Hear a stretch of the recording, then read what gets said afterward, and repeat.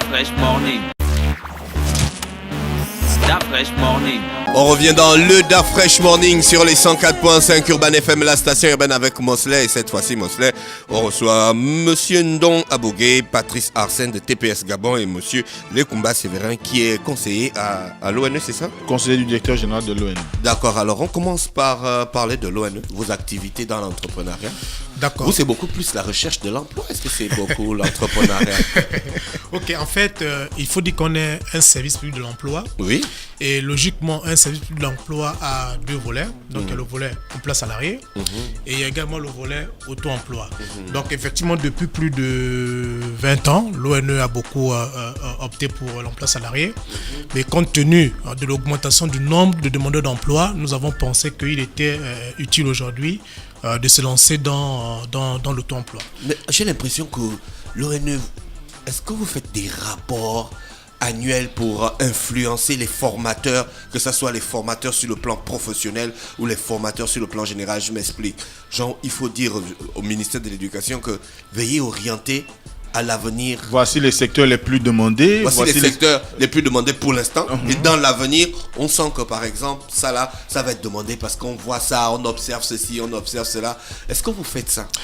Alors, pour les secteurs présents, oui, on fait les rapports statistiques parce que c'est de notre mission. Bon, mais là, c'est déjà présent. Voilà. Maintenant, pour les secteurs futurs, c'est pas de notre ressort en fait. C'est du ressort de qui? Je crois que c'est le ministère de la statistique qui fait des projections. Nous, on reste dans l'enregistrement du demandeur d'emploi, dans l'enregistrement de l'offre d'emploi. Mais vous êtes des praticiens. Oui, mais c'est vous qui avez la cartographie. Vous devez avoir une vue panoramique, une vue panoramique de l'emploi dans le pays. Oui. On appelle ça comment? Pôle emploi, il fait ça. Parce que lorsque quelqu'un vient faire une demande d'emploi, par exemple, vous savez si cette demande fait 3 mois et qu'elle n'est pas closée. Si elle n'est pas closée, c'est que en fait sur le marché national, on ne trouve pas le candidat qui va correspondre. Donc vous pouvez dire au formateur que il faut penser à former dans ce secteur-là et comme vous direz plus tard aux gars qui vont se former qu'écoutez, vu comment le pays évolue, il y a des secteurs qui seront très porteurs à l'avenir, comme par exemple les TIC. Oui, en fait, nous travaillons par rapport aux missions que l'État nous a confiées. Nous, on ne peut pas aller. Mais vous savez que l'État se tire une lourdeur, mais dans tous les pays, l'État est lent. Mais vous avez quand même une autonomie. Au-delà de cette lenteur, vous avez quand même une autonomie de gestion. La difficulté, c'est de ne pas faire ce que les autres sont censés faire. d'accord. On ne peut pas empiéter le travail des autres, sinon c'est pour nous, c'est de mettre au chômage. Alors, ce que nous faisons généralement, c'est quoi? C'est qu'on transmet ces rapports-là à la direction générale de la statistique, qui fait le tableau de bord de l'économie et qui se sert de ces statistiques pour faire des analyses. Ça, c'est fait au niveau de l'ONE. Parce qu'au Gabon, on a l'impression qu'il y a les vagues. Il faut qu'on reçoive les gars là ici d'Afresh, les équipes de la direction générale de l'économie. Le tableau de bord de l'économie devrait être disponible dans les établissements scolaires, dans les classes d'économie et dans les universités. Non, mais avant, c'était disponible. Il n'y en a plus. Quasi. C'est invisible. Je voulais dire, c'est dans les ordinateurs. Qu'est-ce que je voulais dire? J'ai même perdu le fil de mes idées, c'est pas possible. Gina, elle parle. Non, je ne dirai plus rien. J'ai beaucoup d'émotions ce matin, je ne dirai plus rien. Donc, à l'ONE, vous orientez aussi vers l'entrepreneuriat maintenant? Oui, parce que je vous disais que, par exemple, en 2018, on a enregistré un peu plus de 19 000 nouveaux demandeurs d'emploi. Alors que notre économie ne crée pas 19 000 emplois par an, c'est pas évident. Donc, nous pensons que la solution aujourd'hui, c'est de l'auto-emploi. Il faut donner la possibilité aux Gabonais qui veulent bien se lancer dans l'auto-emploi, la possibilité d'avoir des financements, la possibilité de bénéficier d'un accompagnement. Donc ça, on a lancé le dispositif On Entreprendre depuis le 27 février 2019. Et aujourd'hui, on a à peu près plus de 500 jeunes qui sont candidats pour ce dispositif. Qu'est-ce qu'il comprend ce dispositif? Alors, quels sont les éléments effectivement, c'est une question qu'on retrouve là-dedans qui peuvent aider les entrepreneurs? Alors, M. Eric parlait tout à l'heure que leur projet, c'était un projet qui partait au-delà de 20 millions et ils étaient tentés de voir comment financer un projet qui allait au-delà de 5 millions. Nous, on reste dans l'auto-emploi, donc des projets qui vont de 1 franc à 5 millions. Donc, qu'est-ce qu'on appelle par l'auto-emploi? C'est-à-dire, c'est une jeune dame qui arrive chez nous, qui dit, bon, moi, je veux faire mon salon de coiffure. On dit, ok, tu veux faire ton salon de coiffure, on va chercher à savoir combien ça coûte. Donc, on va prendre cette jeune dame-là, on va faire un BMC, un business model Canva, on va faire un plan d'affaires, on va regarder tout ce qui est possible et ensuite, on va solliciter un financement. C'est un fonds que l'on a mis à la disposition des EDG, donc c'est un fonds de garantie.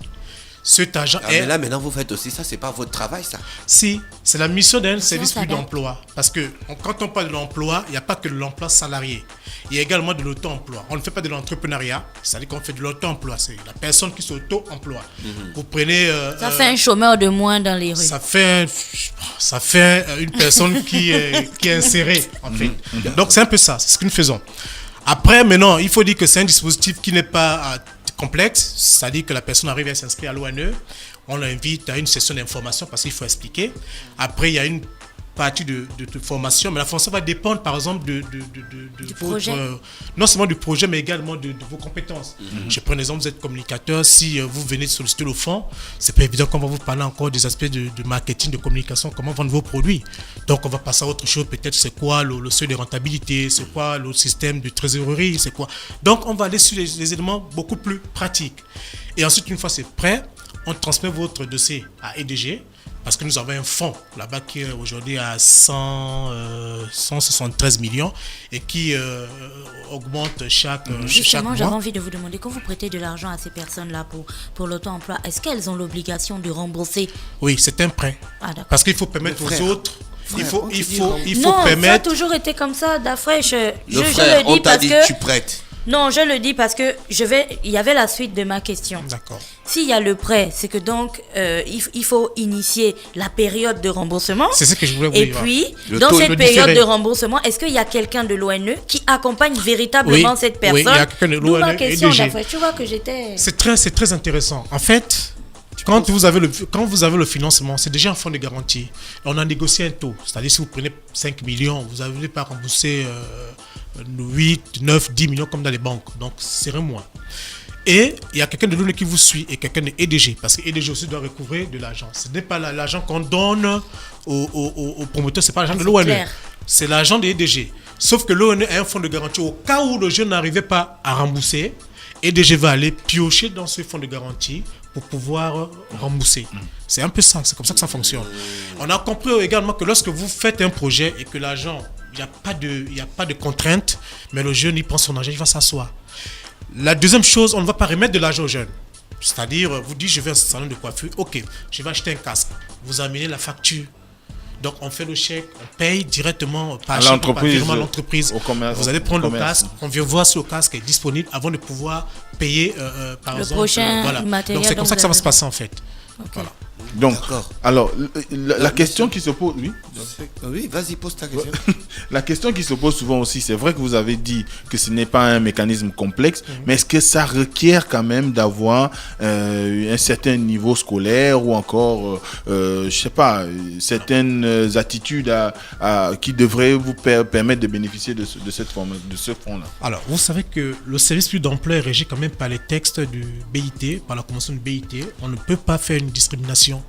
Donc, le fonds prend en charge tout le monde, que vous soyez déscolarisé, que vous soyez diplômé, que tant que vous pouvez travailler. Ça prend en compte les personnes âgées de 18 à 50 ans. Après, il y a les dispositifs à l'intérieur, c'est-à-dire celui qui est déscolarisé, par exemple, qui vient nous voir, je pense que par principe, par prudence, la banque aura du mal à donner peut-être 5 millions. Donc, il y a un dispositif spécifique qui va permettre à cette personne d'avoir peut-être 2 millions pour ouvrir une petite activité. Depuis que vous avez mis en place cette stratégie avec EDG là, vous avez déjà atteint quoi comme objectif?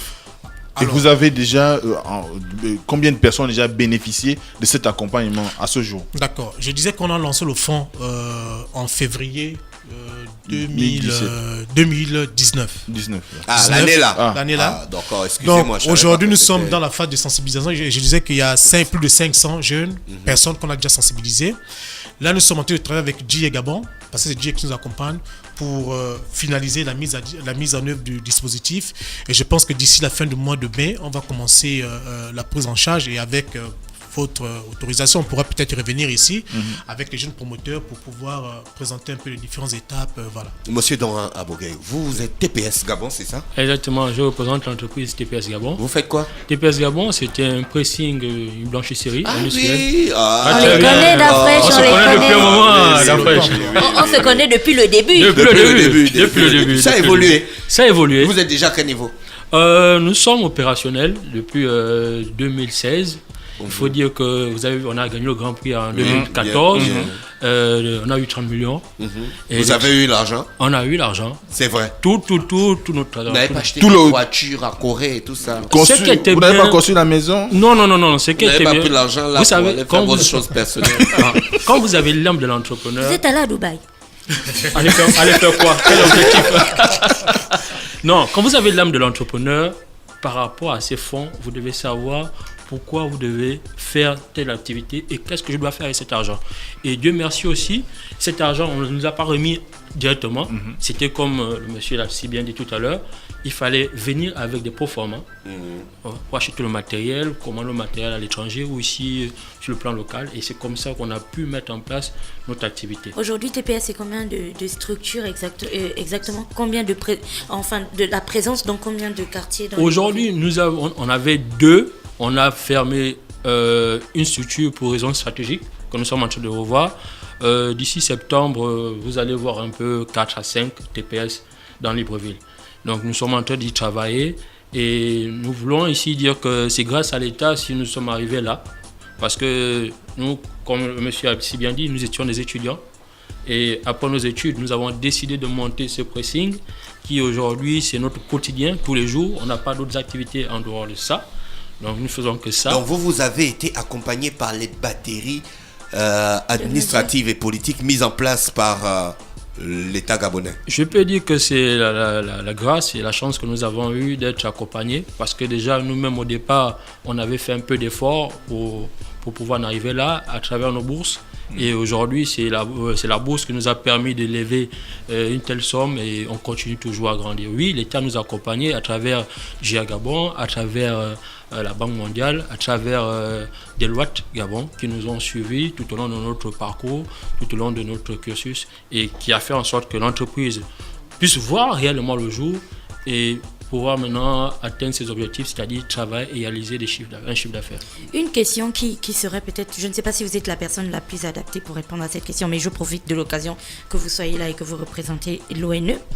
Pour le cas de TPS Gabon, par exemple, ou de Madame Gaëlle qui était là, accompagner avec des financements, c'est intéressant. Mais quels sont les mécanismes que vous mettez en place pour véritablement créer ces champions nationaux? L'expression est sortie de Monsieur Mikoto tout à l'heure. Je veux dire, il y a des établissements, il y a des campus, il y a des hôpitaux et ainsi de suite.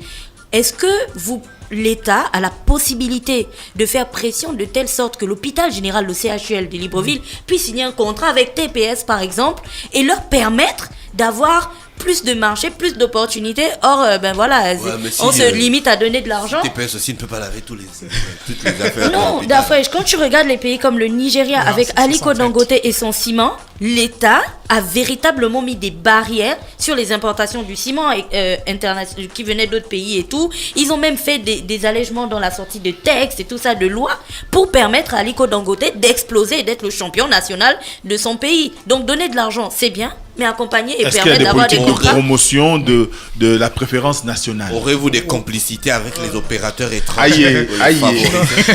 Non, je pense qu'à cette question, je n'ai peut-être pas la réponse, mais pour contribuer au débat, je veux simplement dire que, vous savez, je pense que l'État régale tout ça. Mais après, il faut déjà avoir des hommes d'affaires gabonais qui soient solides. Parce qu'il ne faut pas oublier que la question de l'entrepreneuriat, ça ne fait pas longtemps qu'on en parle. Et je pense que le monsieur ici fait partie parmi cette première génération des jeunes qui commencent à se lancer dans l'entrepreneuriat. Donc, il ne faut pas se précipiter les choses. Vous savez, on a eu une situation, je crois, à l'époque, quand on a détruit le pont Nomba en disant que les Gabonais devraient aller pêcher, ainsi de suite. Mais après, ce qu'on a constaté, c'est quoi? C'est les prix de poisson pénuries. a été multiplié presque par 3. Donc, il faut d'abord qu'on ait c'est vrai, derrière je me rappelle de cette opération. des hommes d'affaires qui soient aujourd'hui déjà solides. Parce que quand on crée une entreprise, il vous dira, il y a un moment où vos comptes ne sont pas consolidés, ne sont pas solides. Donc, on ne peut pas déjà avoir de penser à avoir des marchés aussi importants. Par ailleurs, ce qu'il faut savoir, c'est quoi? C'est que, après, derrière, effectivement, il faut que l'État arrive à mettre en place un cadre juridique pour permettre aux entreprises, aux PME gabonaises ou aux petites entreprises gabonaises d'émerger. Et je pense que avec le ministère de l'Industrie, puisqu'on a l'entrepreneuriat national. Hier, j'ai compris qu'il y avait une vision qui était claire et je suis convaincu qu'on va arriver à cette situation. D'accord, Mosley, on a fait le tour, oui, monsieur Don Aboké. Merci. Si je peux apporter aussi quelques éléments par rapport à cette question. Est-ce que vous pouvez d'abord laver tous les draps de l'hôpital général? C'est possible. C'est possible. C'est possible. Avec tout ce qui est... Je connais tout ce qui est dans le domaine de la blanchisserie industrielle. D'accord. Le souci, c'est ici, ce que nous constatons, c'est que vous allez mettre de l'argent. On a mis sur moi 30 millions. L'État s'est endetté auprès de la Banque mondiale pour financer TPS. Et derrière, moi, j'ai une obligation de réussite et de résultat. Donc, il faut embaucher des gens et derrière, payer la fiscalité, payer les impôts, ainsi de suite. Ce n'est que comme ça que moi, je vais aider l'État à rembourser cette dette. Donc, ça ne sert à rien. Vous avez monté une structure et derrière cette structure, vous ne la poussez pas. Il faut faire ce qu'on appelle du réseautage. Le réseautage, et c'est là la réponse, c'est là l'État doit intervenir. Ok, TPS, vous êtes à tel niveau, il faut maintenant faire un réseautage. Et le réseautage, c'est quoi? C'est pas seulement mettre la structure, c'est formation. Ça demande quoi en termes de formation dans une blanchisserie hospitalière? Je sais que les normes dedans, il faut avoir la méthode RABC. C'est une méthode bien normée en blanchisserie hospitalière. Donc, vous devez l'appliquer. Ça, on ne la fait pas au Gabon. Est-ce que vous avec vos équipes aujourd'hui... Moi, je comprends ce qu'il dit. Est-ce qu'aujourd'hui, vous avez déjà engagé une démarche dans ce sens? On n'a pas besoin d'engager une démarche. Moi, je veux... En fait, le truc, c'est subtil, quoi. Il faut que les Joe, ils fassent une petite mafia pour que les gars, ils avancent. On Je ne m'inscris pas dans cette logique, forcément, parce que l'ambition, aujourd'hui, le monsieur a dit quelque chose. Le monsieur a dit tout à l'heure qu'il faut qu'on mette en place des mécaniques ou des mécanismes qui permettraient à ce qu'on ait des champions nationaux. Mais ces champions nationaux, tant qu'eux-mêmes aussi, de leur côté, ne fournissent pas des efforts qui leur permettraient de pouvoir attaquer des marchés. Parce que le marché de la blanchisserie hospitalière, c'est un marché assez énorme dans notre pays. Vous avez aujourd'hui de merveilleux établissements qui ont été construits au Gabon. Mais est-ce que TPS a les moyens humains et techniques capables d'assumer, d'absorber? Parce que c'est avec l'État. Le paiement de l'État. Moi, je ne suis pas d'accord. Il faut les encourager de manière officielle. Je suis d'accord. Et de manière subtile. Je suis d'accord. C'est-à-dire techniquement. Tu dis officiellement, oui, on a formé des gars, ils sont capables. Et puis en bas, tu dis que bon, écoute, il faut donner tu connais également le mode de paiement des marchés de l'État. Plus il a les marchés, plus il va avoir le marché. Mais est-ce que tu peux supporter? Est-ce que tu peux supporter que tu sois payé 6 mois, 1 an après? C'est ça la difficulté. Il peut supporter s'il a le marché. Non, s'il a la liquidité d'abord. Parce que il faut qu'il ait d'abord des fonds. Entre 1 an, il faut qu'il paye ses employés. Il faut qu'il réponde aux charges de fonctionnement. Les employés, comment c'est quand ils gagnent le marché? Je vais vous dire comment ça peut fonctionner aussi, parce que c'est le business qui attire le business. Voilà. C'est parce que TPS a un gros marché aujourd'hui que tous les autres petits vont voir que s'ils ont le gros marché, c'est qu'ils travaillent bien, donc on vient. Donc même si l'État a des retards de paiement, mais il peut compenser avec la quantité de clients qu'il aura et qui viendront de la communication du business qui sera autour. Pourquoi je le dis, Mosley? Je dis ça pour toi. Subtil. Je dis pourquoi tu dois t'inscrire. Parce que c'est dans cette même situation que nous sommes en tant que Urban FM et Urban TV. Parce que si on a la domination des chaînes internationales aujourd'hui, c'est parce que d'un côté, il faut qu'on ait le soutien des Gabonais d'abord. Et donc que ce soit l'État ou que ce soit les opérateurs nationaux. C'est qu'aujourd'hui, on doit privilégier la communication ou l'utilisation des produits locaux avant de privilégier ce qui vient de l'extérieur. Je suis tout à fait d'accord sur cet aspect. Même la problématique qui s'impose, c'est que Urban FM, Urban TV, il y a eu une démarche qui a été engagée. Sinon, la HAC n'aurait pas fait son communiqué. Donc, dès cet instant, ça sous-entend que Urban FM s'est investi à pouvoir conquérir le marché. Mais à ce jour, quand on voit TPS, est-ce que TPS s'est donné les moyens qui lui permettent d'attaquer ce gros morceau qui est la blanchisserie hospitalière? Est-ce que TPS s'est donné les moyens? Juste une minute pour vous aider. Allez-y. En fait, ce qu'il faut dire, c'est quoi? Parce que c'est bien beau, mais en termes de fonctionnement d'une structure, il faut d'abord s'attaquer aux petites structures, les cabinets privés, les petites structures, pour dégager suffisamment de liquidités. Et puis quand un investisseur étranger arrive, lui, il a déjà le gros marché. Avant d'aller dire que je vais signer un marché, parce que moi, je ne suis pas favorable à ceux qui pensent que le meilleur marché, c'est quand on travaille avec l'État. Vraiment, je ne suis pas... Non, c'était pas l'État. C'était juste la facilitation de l'État pour ouvrir des portes. Maintenant, ce qu'il faut dire, c'est qu'il y a des réflexions qui sont en cours dans les administrations. Et je sais que le cas de votre structure aujourd'hui, c'est qu'il y a la possibilité aussi que vous prospectez au-delà des hôpitaux, il y a les hôtels. Non, c'était un exemple. C'était juste un exemple qu'on Je avait. viens sur l'exemple. Il faut y aller au-delà. Et si vous avez eu le Grand Prix, parce que je sais quand même que le Grand Prix, c'est que vous avez eu un très bon plan d'affaires. Et je suis sûr que vous avez la possibilité financière aujourd'hui d'attaquer les hôtels, d'attaquer les structures privées, de regarder un peu, de prospecter, d'aller même, pourquoi pas, je le dis, hein, même des administrations. Parce que tout ça, on lave ça où? On lave ça où? Donc vous pouvez faire même le tour des administrations. D'accord. Moi, par exemple, je ne vous ai jamais vu à l'ONU. Voilà. Mais bon, j'ai rencontré le DG de l'ONU il y a quelques temps. Si vous aimez trop Par rencontrer, non, les petits. non, c'était par rapport Tout au le monde codex. lave les habits. Par rapport au Monsieur le codex, il conseiller, fallait je avoir des beaucoup trucs. votre calme. Mais s'il vous Oui. plaît, monsieur le conseiller, Ouais. sur l'aspect des financements que vous allez accompagner des jeunes, Oui. moi j'ai eu beaucoup d'argent. Oui. Je le connais. Ouais. Il y a des jeunes qui vont travailler, que vous allez donner de l'argent, 5 millions, qui ont peut-être des masters ou des licences, Oui. ou BTS, Oui. ou juste le bac, ou BPC. Ces jeunes-là, avec 5 millions, ils vont arriver jusqu'à un certain stade. Bien sûr. Et ce qu'on est en train de parler ici, c'est de pouvoir dépasser ce stade-là. Ouais, je suis d'accord. Comment on fait pour dépasser ce stade? La question est là. La synergie entre les différents fonds. Et ça va être l'ouverture. de Eric la disait prochaine tout à l'heure qu'il commence à financer à partir d'un tel montant. Ça veut dire quoi? Ça veut dire que si l'on vous amène juste à 5 millions, c'est une structure qui peut vous amener de 5 millions à 20, une autre va vous amener de 20 à plus. C'est ce qu'il faut faire. Il faut une synergie. Monsieur Lekomba, merci d'avoir accepté notre invitation, monsieur.